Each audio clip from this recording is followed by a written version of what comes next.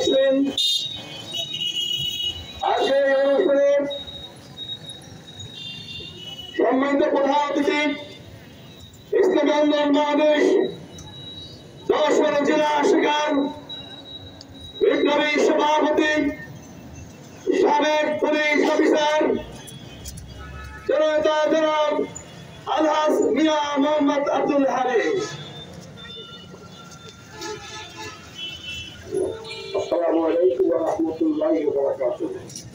ইসলামী আন্দোলন বাংলাদেশ 10 জেলা পক্ষ থেকে মায়ের রমজানের পবিত্রতা রক্ষা সহ আমাদের আরো কিছু শর্ত আছে। এই শর্ত পালনের উদ্দেশ্যে সরকারের প্রশাসনকে অবহিত করার লক্ষ্যে আমাদের এই র্যালি একটু পরে শুরু হবে। আমি স্পষ্টভাবে বলতে চাই, কতিপয় মুনাফাখোর ব্যবসায়ীদের কারণে আজ সারা দেশে দ্রব্যমূল্য সহ নিত্য প্রয়োজনীয় সকল দ্রব্য মূল্যের মূল্য আকাশ ছুঁই এমন একটা পর্যায়ে চলে গেছে, সাধারণ মানুষের জীবন ধারণ করা অত্যন্ত কষ্টকর হয়ে পড়েছে।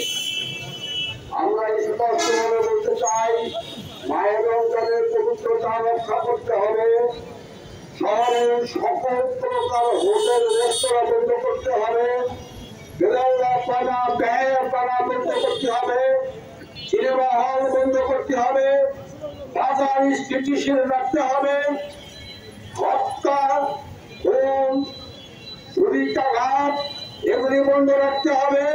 ইসলামী আন্দোলন ইসলাম দেশ ও জাতির অতন্ত্র ফলন হিসাবে কাজ করে যাচ্ছে এবং আগামী দিনে ইনশাআল্লাহ যাবে। একটু পরে র্যালি শুরু হবে, র্যালি হয়েছে শেষ হবে। আপনারা শান্তি শৃঙ্খলা হবে নিয়মের সাথে আপনারা অবশ্যই স্মরণ রাখবেন, ইসলামী আন্দোলন বাংলাদেশ ইসলামের সকল কারণকে ধারণ করে এবং বরণ করে।